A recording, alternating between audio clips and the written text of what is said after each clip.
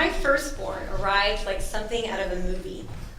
Some people might find the disastrous hilarity of it memorably exciting. People that like roller coasters and rappelling down rocky cliffs. Those people are not me. My husband and I, despite being infants ourselves, decided to have a baby and got a house on the same timeline. We didn't really know much about babies or about remodeling, and we also didn't have much money. This brilliant combination led to us living in a construction zone during my 8th month of pregnancy. I went to the gym at 5 every morning, walked on a treadmill just enough to pretend it was exercise, and then commenced with my actual goal, shower before work. I often returned in the evening to exercise again, and then I went home to heat up some frozen enchiladas in my one kitchen appliance, the microwave. And I am not a procrastinator, but at 37 weeks gestation, we were still living in half a house. Hadn't purchased some basic necessities, like a car seat, and I had yet to begin plans for the teacher who would take over for me during my maternity leave. One Friday afternoon, the exact day I reached full term, but 3.5 weeks before my actual due date, mind you, another teacher stopped me in the hall as I was leaving. She gave me a hug goodbye, just in case you aren't here on Monday. My laugh held a little hysteria. Of course, I would be there on Monday. Ignore the unsustainable shape my tiny frame has taken and the significant drop in my belly. I certainly was. I also ignored the strange tingling in my ankles that had begun that morning and how difficult it was getting to walk. An hour later, my husband and I were at Babies R Us trying out car seats in our small truck. We quickly realized no infant car seat would actually fit in the cab, unless the passenger seat was pushed up as far as it would go and laying down on the dashboard. So basically, the passenger seat was useless now. We kept trying different brands, small European options. So at one point, I was half in, half out, helping my husband maneuver a seatbelt, and I sneezed.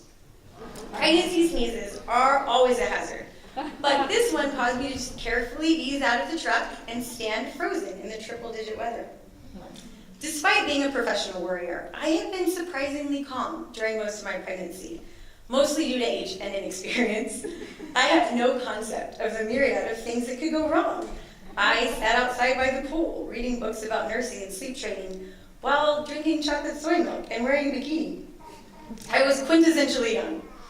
My water breaking in the parking lot of Babies R Us, while wrangling car seats unsuccessfully in the backseat of our truck, was the swift kick my type A perfectionist personality needed to start planning for all possible terrifying scenarios. I had wasted so much time being calm and cool. No more. We drove home to the house with no hot water, no kitchen, no room for ready for my mom. And I was like, we cannot have a baby now. We don't have a car seat. We don't have a car that will fit a car seat. How did we not figure this out before? A friend of mine had told me a few months before, when she had her first baby, that giving birth felt like dying.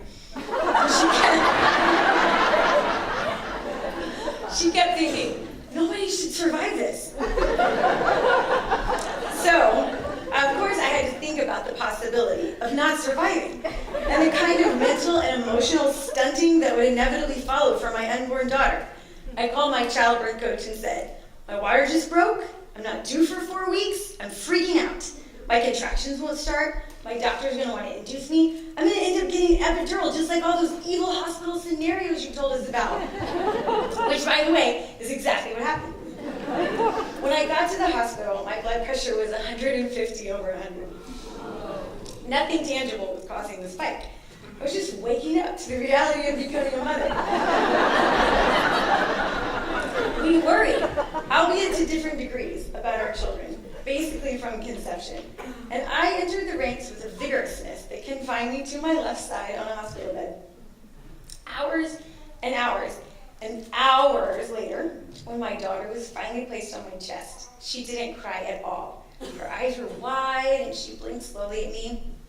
She was completely calm despite the vigorous rub down she received from the nurses. And my mind cleared. Everything I had begun to worry about disappeared. for like 5 minutes. And those were the last 5 beautiful consecutive worry-free minutes I've had in 11 years. And possibly